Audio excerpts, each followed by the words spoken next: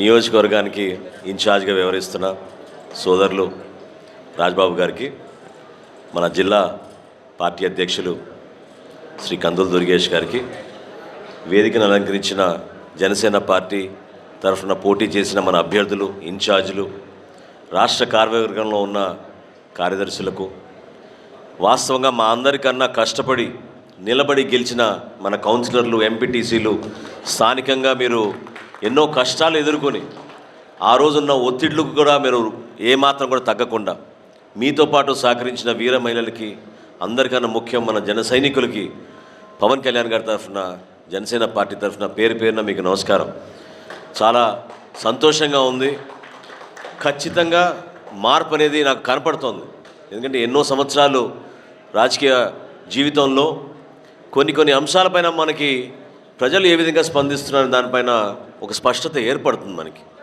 ఈరోజు ఏ వర్గానికి కదిలించినా, ఏ కార్యక్రమం ప్రభుత్వం తరఫు నుంచి అందించాల్సిన పేదవాళ్ళకి, అక్కడున్న లబ్ధిదారుల కోసం మనం వాళ్ళని పలకరించినప్పుడు ప్రతి ఒక్కరు కూడా పవన్ కళ్యాణ్ గారి నాయకత్వం కోసం, జనసేన పార్టీ కోసం ఎదురు చూస్తున్నారు. అటువంటి మార్పు ఈరోజు సమాజంలో వచ్చింది.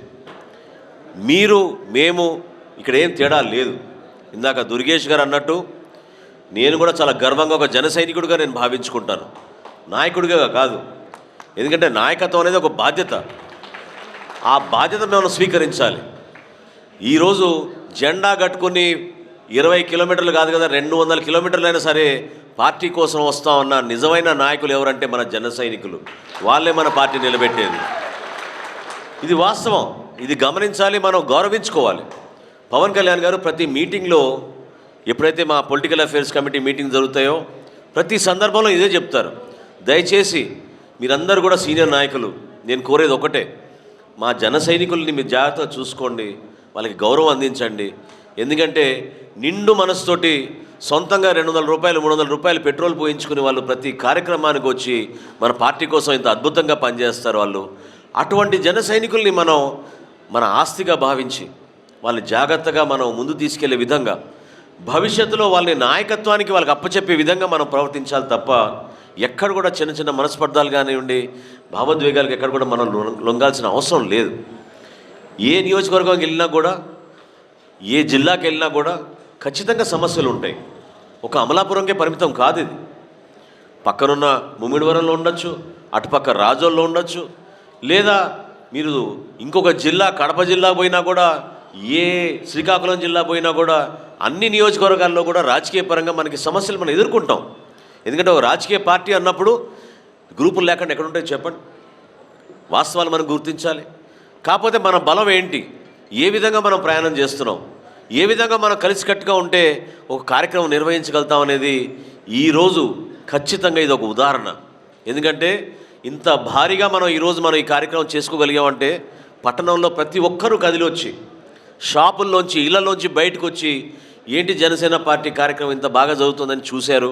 అందరూ కూడా మనని అభినందించారనేది నమ్మకం నాకు చాలా స్పష్టంగా ఈరోజు ఈ కార్యక్రమం ద్వారా నాకు అర్థమైంది. రావాలి, అందరూ రావాలి, మన కుటుంబం పెరగాలి.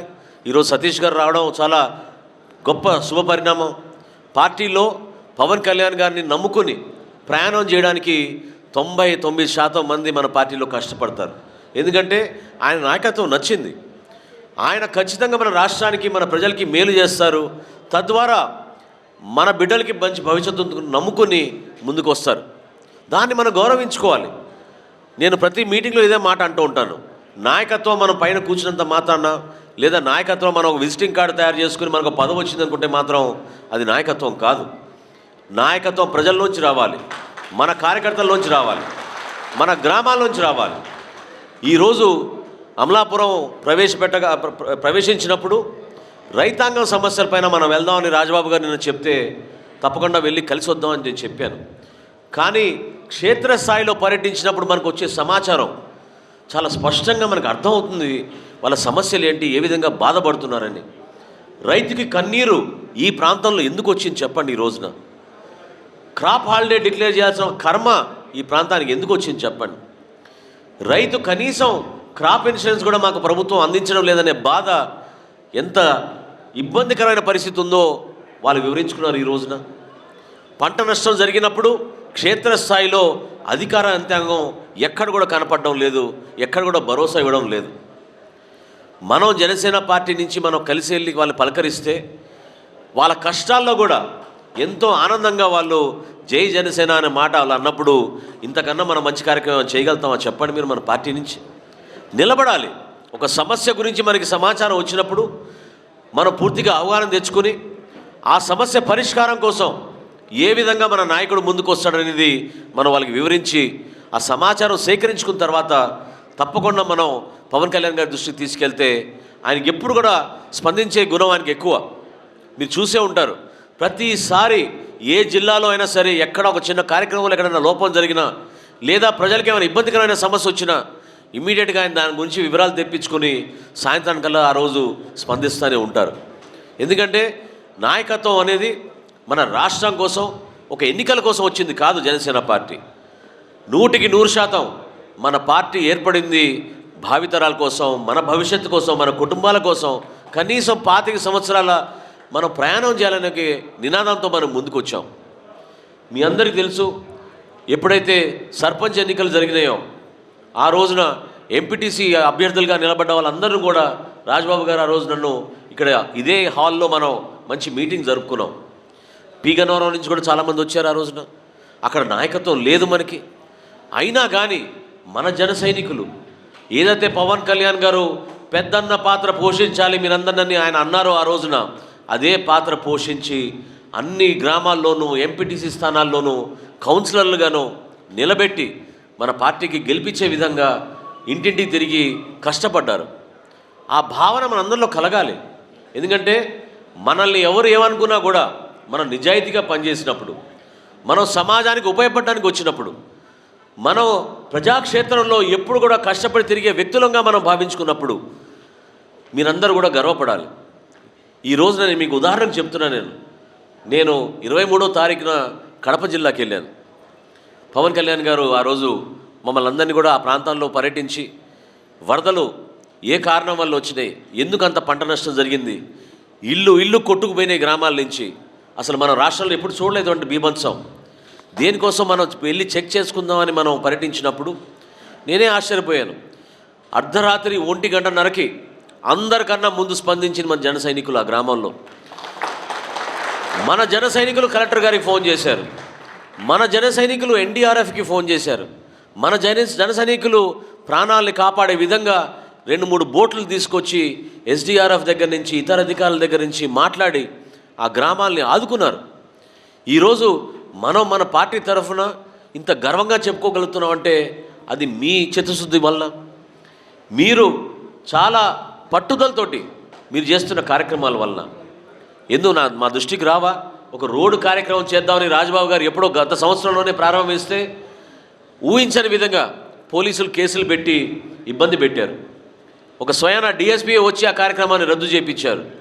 ఈ రోజున మనం రాష్ట్ర వ్యాప్తంగా ఎటువంటి పరిస్థితుల్లో ప్రజానీకం ఎదుర్కొపడుతున్నారు కష్టాల గురించి, ఈ రోడ్ల గురించి మనం వివరించినప్పుడు దేశం మొత్తం ఆశ్చర్యపోయారు, నిజంగానే ఆంధ్రప్రదేశ్లో ఇటువంటి పరిస్థితి ఉందా అని. ఎందుకంటే ఎక్కడా లేని విధంగా రోడ్లన్నీ కూడా పూర్తిగా డ్యామేజ్ అయిపోయినాయి. ఎవరు పట్టించుకోవడం లేదు, నిధులు ఎక్కడ పోయినా ఎవరికి అర్థం కావడం లేదు, కనీసం మెయింటెనెన్స్ జరగడం లేదు. నిన్న నానాజీ గారు నిన్న కాకినాడలో ఏడీబీ రోడ్డు చాలా ముఖ్యమైన రోడ్, అది ప్రతిసారి కాకినాడకు వచ్చినప్పుడల్లా ఆ రోడ్డు మీద వెళ్తూ ఉంటాం. కానీ నిన్న ఆయన 4-5 ట్రక్కులు మెటీరియల్ తెప్పించి, బుల్డోజర్ తెప్పించి, జేసీబీ తెప్పించి మేమందరం కూడా శ్రమదానం చేసాం నిన్న ఆ రోడ్డు పైన. ఖచ్చితంగా ప్రజలు మనని ఆశీర్వదిస్తారటువంటి కార్యక్రమాలు చేస్తే అనేది నిన్ననే అర్థమైంది. ఎందుకంటే ఈ మాట పవన్ కళ్యాణ్ గారు ఎప్పుడో చెప్పారు, మనం ఎటువంటి కార్యక్రమం చేసుకున్నా కూడా ప్రజలకు ఉపయోగపడే విధంగా మనం ఈ కార్యక్రమాలు చేయాలి. మన పార్టీలో కేవలం ఓట్ల కోసమే మనం బతికేది కాదు, ఓట్లు అవసరం మనకి. మన ప్రయాణంలో రేపటి రోజున మనం ఇంతమంది ఎంపీటీసీలు గెలిచారు, మనకి ఇంతమంది సర్పంచ్లు గెలిచారు, జెడ్పీటీసీలు గెలిచారు. ఖచ్చితంగా రేపటి రోజున కనీసం ఈ జిల్లా నుంచి 15 శాసనసభ్యులు రావాలంటే అది మన అందరం కూడా కృషి చేస్తే, ఒక మంచి ప్రణాళిక సిద్ధం చేసుకుంటే సాధ్యమవుతుంది. చాలామంది పెద్దలు ఉన్నారు మనకి మన ప్రాంతం నుంచి. ఆ రోజున అమలాపురంలో ఎప్పుడైతే పవన్ కళ్యాణ్ గారు వచ్చి 5 రోజులు ఉన్నామో, పోరాట యాత్ర అప్పుడు నేను చాలా సమస్యల గురించి లోతుగా ఆ రోజు అర్థం చేసుకోగలిగాను. ఎందుకంటే నిజమైన దళిత మూవ్మెంట్ మనకి ఈ ప్రాంతం నుంచి మొదలైంది. ఎంతో కష్టపడి చిన్న చిన్న కుటుంబాల నుంచి చదువుకొని ఎంతో ఉన్నత స్థాయికి ఎదిగిన వ్యక్తులు చాలామంది మన ప్రాంతాన్ని నుంచి ఉన్నారు. కానీ ఈ ప్రాంతం వెనుకబడిపోయే ఉంది. ఎందుకు ఇన్ని ఫ్యాక్టరీలు వచ్చినా, ఇన్ని పైప్ లైన్లు వేసినా, ఇన్ని విధాలుగా పెద్ద పెద్ద మాటలు చెప్పి పదవులు తెచ్చుకున్నారు, కానీ మన ప్రాంతానికి సరైన రీతిలో అభివృద్ధి జరగడం లేదనేది జనసేన పార్టీ మీరందరూ మర్చిపోయి ఉంటారు. ఏకైక పార్టీ ఆ రోజున ఈ ప్రాంతం గురించి ఒక డాక్యుమెంటరీ మనం తయారు చేసి విడుదల చేసి గ్యాస్ పైప్ లైన్లో నష్టపోయిన వాళ్ళందరికీ కూడా పరిహారం ఇవ్వాలి, ఆ కుటుంబాల పరిస్థితి ఏంటి ఈ రోజున అని అర్థం చేసుకునే విధంగా పవన్ కళ్యాణ్ గారు ఆ రోజు ప్రెస్ మీట్ ఏర్పాటు చేసి ఆ డాక్యుమెంటరీ మనం చూపించాం. అదే మన చిత్తశుద్ధి. మనం అంకిత భావంతో పనిచేస్తాం.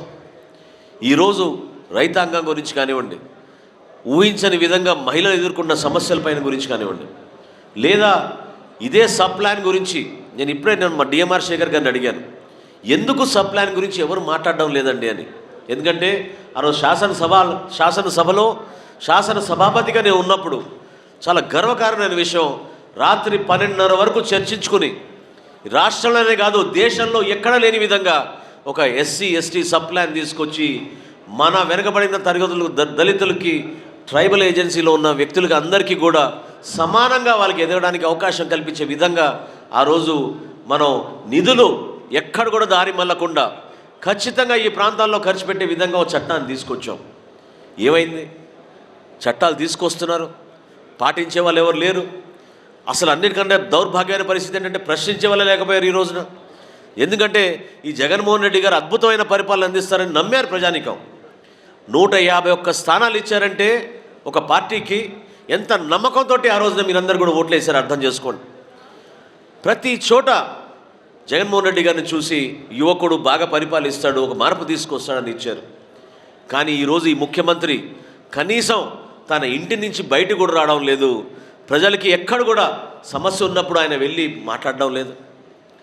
సొంత కడప జిల్లాలో మొన్న వరదలకి అంత బీభత్సం జరిగితే కేవలం హెలికాప్టర్లో ఒక ఏరియా సర్వే చేసి ఒక అరగంట సేపు తిరిగి వెళ్ళిపోయాడని ప్రతి ఒక్కరు బాధపడుతున్నారు. ఏ విధంగా ఆయన మేలు చేయగలుగుతాడు చెప్పండి? పరిపాలనలో ఎన్నో సమస్యలు ఉన్నాయి. ఈరోజు ఎంప్లాయీస్ కూడా ముందుకు వచ్చారు చివరికి స్ట్రైక్ చేయడానికి. ఊహించలేము. మనం ఎంతో గొప్పగా చెప్పుకుంటారు ఆంధ్రప్రదేశ్లో మేము ఈరోజు ఎంప్లాయీస్గా ఉన్నాం రాష్ట్ర ప్రభుత్వం కోసం అని చెప్పుకునే వ్యక్తులు ఈరోజు ముక్కుమడిగా నిర్ణయం తీసుకుని ఒక ప్రణాళిక సిద్ధం చేసి వాళ్ళు మేము రాష్ట్ర ప్రభుత్వం నుంచి ఊహించని విధంగా మాకు సరైన పద్ధతిలో ఈ ప్రభుత్వం స్పందించలేదు కాబట్టి మేము స్ట్రైక్ చేయబోతున్నాం అనేది, నిరసన తెలపబోతున్నాం అనేది నిర్ణయం తీసుకున్నారు. జనసేన పార్టీ పవన్ కళ్యాణ్ గారు ఎప్పుడు కూడా ఈ ఎంప్లాయీస్ అందరికీ అండగా నిలబడతారు. వాళ్ళకి న్యాయబద్ధంగా వాళ్ళు అడిగిన డిమాండ్స్ మీట్ అయ్యే వరకు ప్రభుత్వాన్ని తప్పకుండా ప్రశ్నిస్తూనే ఉంటామని ఈ సందర్భంగా నేను తెలియజేస్తున్నాను. ఎందుకంటే వాళ్ళే ఆశ్చర్యపోయారు. తెలియకుండా వాళ్ళ కోసం ఏర్పాటు చేసిన నిధులు కూడా ఈ ప్రభుత్వం లాక్కుంది. ఈరోజు ఇంతమంది సర్పంచ్లు ఉన్నారు మన దగ్గర. 14-15 ఆర్థిక సంఘంలో రావాల్సిన నిధులు ఈ రాష్ట్ర ప్రభుత్వం మళ్లించేసింది. మన జిల్లాలోనే దాదాపు 230 కోట్ల రూపాయలు సర్పంచులకు ఇవ్వాల్సిన నిధుల్ని జగన్మోహన్ రెడ్డి గారు లాగేసుకున్నారు. మహిళలకి రావాల్సిన పెన్షన్లు కానివ్వండి, లేదా మీ అందరికీ తెలుసు ఏ విధంగా గతంలో మనం మహిళా సాధికారత కోసం ఎన్నో కార్యక్రమాలు చేసేవాళ్ళం. అక్కడ కూడా విడతల వారీగా ఇచ్చుకుంటూ సరైన రీతిలో వారికి రుణాలు ఇవ్వకుండా ఈ ప్రభుత్వం వెనకాడుతోంది. ఆర్థిక సంక్షోభం, పరిపాలన లేని దక్షత, ఏ మాత్రం కూడా ఈ ముఖ్యమంత్రికి స్పందించే మనస్తత్వం లేదు. ఆ పరిస్థితుల్లో ప్రజలు ఏమైపోతారు చెప్పండి? దాదాపు 1 సంవత్సరం 8 నెలలు కరోనా వల్ల మనందరం కూడా ఇబ్బంది పడ్డాం. ఎక్కడ కూడా మనం మీటింగ్లు జరుపుకోలేకపోయాం, ఎక్కడ కూడా మనం వ్యాపారాలు చేసుకోలేకపోయాం. కానీ ఈ ముఖ్యమంత్రికి ఎంత పైశాచికానందం అంటే 1 టైం సెటిల్మెంట్ అని వాలంటీర్లందరినీ కూడా ఇంటింటికి పంపించి 10,000 రూపాయలు వసూలు చేస్తున్నారు ఈ రోజున. ఎక్కడి నుంచి తీసుకురాగలుగుతారు చెప్పండి? 30 సంవత్సరాలు 25 సంవత్సరాలు ఎప్పుడో ఇల్లు కట్టుకునే వాళ్ళు పాపం వాళ్ళ తల్లిదండ్రుల దగ్గర నుంచి అప్పుడు నివసిస్తున్నారు. అటువంటి వ్యక్తుల దగ్గర మీరు ఈరోజు పోయి 10,000 రూపాయలు అర్జెంట్గా కట్టండి మీరు 1 టైం సెటిల్మెంట్ అని చెప్పి అధికార యంత్రాంగం బెదిరిస్తోంది. పోలీసు వ్యవస్థ పోలీస్ వ్యవస్థ అంటే మనకు ఎంతో గౌరవం. పవన్ కళ్యాణ్ గారు ఎప్పుడు చెప్తూ ఉంటారు, మనం వ్యవస్థ గురించి మనం మాట్లాడినప్పుడు అందరినీ గౌరవిద్దాం. పాలకులే ఆ విధంగా ప్రవర్తిస్తున్నప్పుడు ఏం చేయగలుగుతారు వీళ్ళు క్షేత్రస్థాయిలో చెప్పండి. ఈ సందర్భంగా ఈ ప్రాంతంలో అనేక సందర్భాల్లో నాకు పెద్దలందరూ కూడా ఫోన్లు చేస్తూ ఉంటారు. విపరీతంగా పోలీస్ కేసులు బనాయించారు, విపరీతంగా ఊహించని విధంగా మన పార్టీ నాయకుల్ని జన సైనికుల్ని ఇబ్బంది పెడుతున్నారు. మీకు ధైర్యం నింపడానికి కోసం, మీకు భరోసా కల్పించడం కోసం పవన్ కళ్యాణ్ గారు ప్రతి జిల్లాలో కూడా ఒక న్యాయ విభాగం ఏర్పాటు చేసి మీకు ఒక లీగల్ సెల్ ద్వారా మీకు అడ్వకేట్లు, లాయర్లు ప్రతి పోలీస్ స్టేషన్లో వాళ్ళకున్న పరిచయాలతోటి మన జన సైనికులకి ఎక్కడ కూడా ఇబ్బంది కలగకుండా ఉండడానికి కోసం పవన్ కళ్యాణ్ గారు ఒక మంచి నిర్ణయం తీసుకున్నారు. దాన్ని ఉపయోగించుకోండి. అసలు ఊహించలేము మనం ఇక్కడ క్రియాశీలక సభ్యత్వం 4800 చేసాం మనం అమలాపురంలో. అద్భుతమైన కార్యక్రమం చేసాం మనం ఇక్కడ ఈ ప్రాంతంలో. రాష్ట్రంలో 2వ స్థానంలో నిలిచింది మనకి అమలాపురం నియోజకవర్గం. అంత చక్కగా చేశారు మీరు క్రియాశీలక సభ్యత్వం. పేరున ప్రతి వాలంటీర్, ప్రతి క్రియాశీలక సభ్యత్వం తీసుకున్న వ్యక్తి మీరందరూ కూడా మీ కుటుంబానికి ఈ రోజున పవన్ కళ్యాణ్ గారు ఒక భరోసా కల్పించారు. ఎక్కడైనా సరే చిన్న చిన్న సంఘటనలు జరిగితే మీకు 50,000 రూపాయల వరకు మీకు మెడికల్ హాస్పిటలైజేషన్. పొరపాటున ఆ కుటుంబంలో అనుకోని విధంగా ఏమైనా నష్టం జరిగితే కుటుంబాన్ని ఆదుకోవడానికి పార్టీ నుంచి మనందరం కూడా కలిసి వెళ్ళి నాయకత్వం అంతా కూడా సమిష్టిగా వెళ్ళి వాళ్ళ ఇళ్ళకి వెళ్ళి వాళ్ళని గౌరవించి మేము ఉన్నాం మీకు కుటుంబ పెద్దలుగా నిలబడతాం మేము జనసేన పార్టీ నుంచి అని వాళ్ళని ఓదార్చి 5 లక్షల రూపాయలు పవన్ కళ్యాణ్ గారు పంపించిన చెక్ని ఆ కుటుంబానికి అందిస్తుంటే ఎంత చక్కటి కార్యక్రమం మన పార్టీ అధ్యక్షులు మనం తీసుకొచ్చారు అర్థం చేసుకోండి. ఏ పార్టీ అయినా చేసిందా మన భారతదేశంలో ఇప్పటివరకు అటువంటి కార్యక్రమం? మీరందరూ కూడా ఆలోచించాలి, తొందరపడబాకండి. ఎందుకంటే పార్టీలో నిర్మాణం చేయడానికి కోసం సమయం పడుతుంది. చిన్న చిన్న సమస్యలపైన మీరు ఎక్కడికక్కడ నలిగిపోయి దూరం అయిపోతే పార్టీ కార్యక్రమాలు ఎప్పుడు కూడా సక్సెస్ఫుల్ కావు. పార్టీ నిర్మాణం అనేది చాలా కష్టమైన పని. మనమే ఈరోజు ఎట్లా అనుకుంటుంటే పవన్ కళ్యాణ్ గారు మరి 2014లో ధైర్యంగా ముందుకు వచ్చి ఆయన పార్టీ ఏర్పాటు చేస్తే ఎన్ని అవమానాలకు గురయ్యారు. ఎవరున్నారు ఆయనతో ఆ రోజున? ఎవరు ఆయనకి సహాయం అందించారు? ఎవరు ఆయనకి ధైర్యం నింపారు చెప్పండి. ఈరోజు మనతో ప్రయాణం చేస్తున్న నాయకులు కానివ్వండి, జన సైనికులు కానివ్వండి, ఒక నమ్మకంతో పార్టీలో కూడా ఇందాక దుర్గేష్ గారు అన్నట్టు మా పాత్ర ఎంతవరకు ఉందంటే పవన్ కళ్యాణ్ గారు ఏ విధంగా ఒక దిశ నన్ను నిర్దేశించి మీరు ఈ విధంగా పార్టీ నిర్మాణం చేయమని చెప్తారో అది క్షేత్రస్థాయి వరకు తీసుకెళ్ళడానికి మేము ఒక ప్రయత్నం చేస్తాం. క్షేత్రస్థాయి వరకు వెళ్ళేటప్పుడు ఆ బాధ్యత మన జన సైనికులది. జన సైనికులు ముందుకు వచ్చినప్పుడు మీకోసం వారధులుగా నిలబడాల్సిన బాధ్యత మన నాయకత్వంది. అంతేగాని ఇక్కడ మనం పార్టీ నుంచి ఒక ప్రజాప్రతినిధిగా మీకు అవకాశం ఇచ్చాం. ఆ గౌరవాన్ని 100% పార్టీ నిలబెడుతుంది మిమ్మల్ని. ఎందుకంటే ఒక ఇన్ఛార్జ్గా మనం ఒక నియోజకవర్గంలో మనం ఎంపిక చేసుకున్నప్పుడు ఒక సిస్టమ్ ఉంటుంది. మనం మండలాధ్యక్షులు వేసుకోబోతున్నాం, మండల కమిటీలు వేసుకోబోతున్నాం, గ్రామాల్లో కూడా మనం కమిటీలు వేసుకోబోతున్నాం. డిసెంబర్ 31వ తారీఖు కల్లా రాష్ట్ర వ్యాప్తంగా జనసేన పార్టీ నుంచి ప్రతి మండలంలో ప్రతి గ్రామంలో మనకి జనసేన పార్టీ కార్యవర్గాలు మనం ఏర్పాటు చేసుకోబోతున్నాం. ఈ విధంగా మనం పార్టీ బలోపేతం కోసం కృషి చేస్తున్నాం. బలపరచండి, కొంచెం సమయం ఇవ్వండి, అర్థం చేసుకోండి. గతంలో ఏ కారణం వల్ల మనం ఒక నాయకత్వంలో మార్పు రావాలి, మంచి అవకాశం ఇవ్వాలని పవన్ కళ్యాణ్ గారు కోరుకుని ఈ పార్టీని స్థాపించారు. అర్థం చేసుకోండి. ఎక్కువగా మనం ఇచ్చేది ఎవరికి? యువకులకి ఎక్కువగా మనం అవకాశాలు ఇస్తున్నాం. చిన్న కుటుంబాల నుంచి వచ్చిన వ్యక్తుల్ని మనం రాజకీయాల్లో తీసుకొస్తున్నాం. వేరే పార్టీలాగా 15 కోట్లు 20 కోట్ల ముందు పెట్టెల్లో తీసుకొచ్చి పెట్టు, అప్పుడు నీకు సీటు గురించి ఆలోచిస్తాం అనే మాట ఎక్కడైనా మన జనసేన పార్టీలో అనగలుగుతాం చెప్పండి? నిజాయితీగా పనిచేస్తాం మనం రాజకీయాల్లో. ఎటువంటి వ్యక్తి అయినా సరే మనతో పాటు కష్టపడి ఒక 20-25 సంవత్సరాలు నిలబడితే ఖచ్చితంగా మనకి భవిష్యత్తు ఉంటుందని నమ్మకంతో పవన్ కళ్యాణ్ గారు ఎంతోమందికి అట్లా సీట్లు ఇచ్చి ప్రోత్సహించారు. స్థానికంగా మీకున్న సమస్యలపైన మీరందరూ కూడా ఉమ్మడిగా కలిసికట్టుగా మన కుటుంబం పెరుగుతోంది. చాలా చాలా ఆనందంగా ఉంది నాకు. ఈరోజు అమలాపురంలో నిజంగా చెప్తున్నా నేను, నాకు ఖచ్చితంగా రాష్ట్ర రాజకీయాల్లో ఒక మార్పు ఖచ్చితంగా కనపడుతోంది. ఈరోజు నుంచి ప్రజల్లో వచ్చింది ఆ భావన. ఆ నమ్మకాన్ని మనం అమ్ము చేయకూడదు, ఆ నమ్మకాన్ని మనం నిలబెట్టాలి. చిన్న చిన్న మనస్పర్ధలు పక్కన పెట్టి మనం అందరం కూడా పనిచేసేది కేవలం పవన్ కళ్యాణ్ గారి కోసమే, మన పార్టీ కోసమే. వ్యక్తులతో ఇక్కడ సంబంధం లేదని అనను. ఎందుకంటే రాజకీయాలు అంటేనే మన వ్యక్తులతో మాట్లాడాల్సిన బాధ్యత. ఒకరితో దూరం అయితే మనకి ఏమొస్తుంది చెప్పండి. నేను మా నాయకులందరికీ అదే చెప్తూ ఉంటాను. 50 ఓట్లు తెచ్చుకోవాలంటే ఎన్ని గడపలు తొక్కాలి, ఎంతమందిని మనం పోయి బతిమలాడాలి, ఎన్ని సందర్భాల్లో మనం 10 సార్లు వెళ్తే ఒక ఇంటికి మేము మీకు ఓటేస్తామని హామీ ఇవ్వగలుగుతా చెప్పండి. ఎందుకు మనం ఇతన్ని దూరం చేసుకోవాలి? ఆయన నాకు నచ్చడు, నేనంటే నా ప్రవర్తన అంటే నచ్చపోవచ్చు. దానివల్ల నష్టం ఎవరికి? మన పార్టీకి. ఎవరిని కూడా మన పార్టీలో దూరం చేసుకోబాకండి. కొంచెం సమయం వెచ్చించండి, సరదాగా కూర్చుని ఒక టీ తాగండి, అవసరమైతే వాళ్ళ ఇళ్ళకి వెళ్ళండి, వాళ్ళని ఇంకా తీసుకొచ్చి వాళ్ళ ద్వారా మనకి ఇంకో 100 మంది వచ్చేటట్టు చేయండి. క్రియాశీలక సభ్యత్వం తీసుకున్న ప్రతి ఒక్కరికి నా మనం ఏంటంటే, దయచేసి మీ ద్వారా మీరు కనీసం ఒక 50 మందినో 100 మందినో ప్రభావితం చేసేటట్టు క్షేత్రస్థాయిలో పార్టీ భావజాలం గురించి, పవన్ కళ్యాణ్ గారి మనస్తత్వం గురించి మీది అందరికీ అందించే విధంగా మీరు ప్రయత్నం చేయండి. ఇది చాలా ముఖ్యం. ఎందుకంటే మనకి ఇంకో 2 సంవత్సరాలు మిగిలింది. మనకి ఈ 2 సంవత్సరాల్లో అద్భుతంగా మనం కార్యక్రమాలు చేయాలి. ప్రజల్లో ఒక భరోసా నింపాలి. మనం సమిష్టిగానే చేయగలుగుతామా తప్ప మనం 10 గ్రూపులు పెట్టుకుంటే చేసుకోలేము. ఇక్కడ మనం ఒక ఎంపీగా మనం గెలిస్తే, ఒక ఎమ్మెల్యేగా జనసేన పార్టీ గెలిస్తే మనం అందరం ఎంత ఆనందంగా, ఎంత ఉత్సాహంగా, ఇన్ని కార్యక్రమాలు చేయగలుగుతాం ఆలోచించండి. దాని గురించి మనం పాటుపడాలి. మన అందరం కూడా మన నాయకుడు పవన్ కళ్యాణ్ గారిని ఏ విధంగా ముఖ్యమంత్రి చేయాలనే దానిపైన స్లోగన్లు చెప్పుకుంటే సరిపోదు. ప్రతి ఒక్కరు కూడా ఇది ఒక బాధ్యతగా తీసుకోవాలి. మీరు మీ వార్డుల్లో, మీ గ్రామాల్లో దయచేసి ఒక 50 మందో 100 మందినో తీసుకొచ్చి పార్టీలో చేర్చండి. పార్టీ కార్యక్రమాలు ముందు తీసుకెళ్ళండి. ఈ ప్రాంతంలో చాలా బలం ఉంది. మనకి అందరూ ఉన్నారు. మనకి దళిత సమాజ వర్గం బలంగా ఉంది, మన కాపు సమాజ వర్గం చాలా బలంగా ఉంది. అదేవిధంగా మనకి పితాని బాలకృష్ణ గారు ఇందాక నాకు చెప్పినట్టు ఈ నియోజకవర్గమే కాదు, మొత్తం ఒక 6 నియోజకవర్గాల్లో 7 నియోజకవర్గాల్లో మనకి ఇక్కడ ఆయన సామాజిక వర్గం కూడా, శెట్టి బలిజలందరూ కూడా చాలా బలంగా ఉంటారు.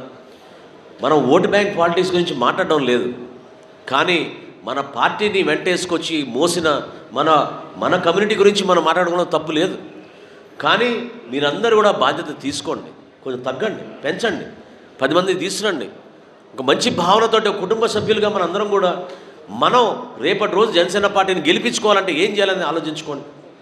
రేపటి రోజున ప్రతి గ్రామ పంచాయతీలో, ప్రతి ఎంపీటీసీ స్థానంలో కౌన్సిలర్లుగా మనందరం గెలవాలి.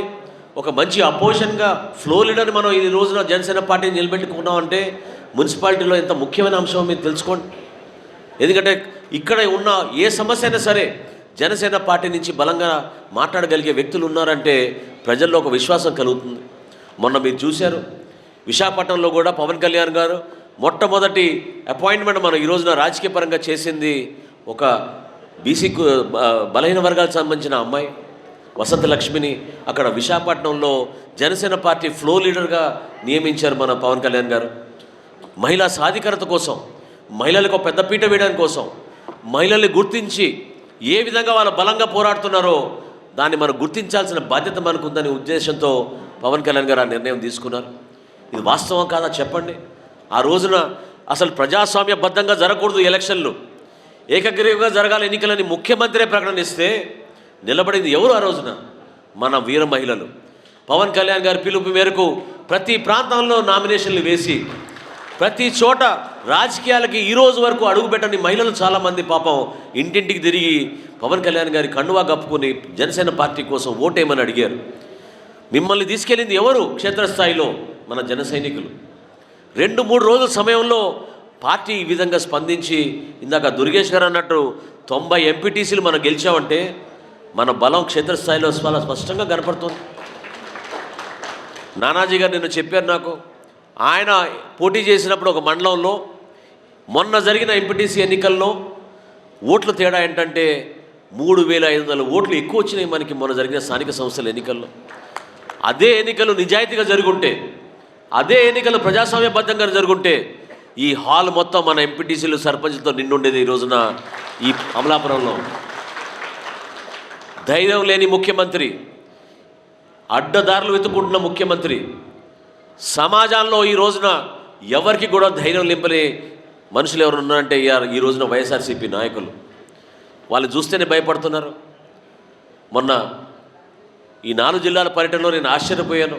క్షేత్రస్థాయిలో వాళ్ళు చేస్తున్న కబ్జాలు, వాళ్ళు చేస్తున్న దౌర్జన్యాలు, చివరికి ప్రభుత్వంలో ఉన్న చిన్న చిన్న పదవులు వాళ్ళు ఏ విధంగా అమ్ముకుంటున్నారంటే చాలా బాధ కలిగిస్తుంది. ఇంత దిగజారిపోయిందా రాజకీయం అని. నాయకత్వం ఏ విధంగా ఉండాలి రాష్ట్రంలో అంటే ఆ మనిషిని చూడగానే ఒక ధైర్యం నింపాలి. కష్టాల్లో ఉన్న మన ప్రజానికాన్ని అంధకారంలో నెట్టుతున్నాడు ఈ ముఖ్యమంత్రి. చీకటి రాజ్యంలో వస్తున్నాం మన ఆంధ్రప్రదేశ్లో. ఈ రోజున ప్రజలు కోల్పోయారు ఆ విశ్వాసాన్ని. ఈ ముఖ్యమంత్రి గారికి పరిపాలించే అర్హత ఏ మాత్రం కూడా లేదు ఈ ఆంధ్రప్రదేశ్లో ఈ రోజున. అటువంటి దుస్థితికి మనం నెట్టుకుని తీసుకెళ్లారు. ఈ ప్రాంతానికి వచ్చినప్పుడల్లా నేను చాలా ఆనందిస్తాను.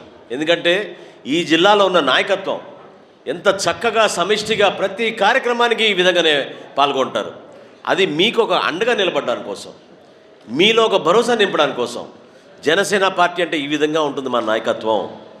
ఎప్పుడు కూడా కలిసిమెలిసి మీతో పాటు మన సామాన్యుల ప్రజల కోసం, మీ అందరి కోసం ఏ విధంగా పవన్ కళ్యాణ్ గారు పార్టీని స్థాపించారో దాన్ని నిలబెట్టడానికి కోసం మీ అందరం కూడా కలిసికట్టుగా ఈ విధంగా ఎప్పుడు మీకు అందుబాటులో ఉంటాం.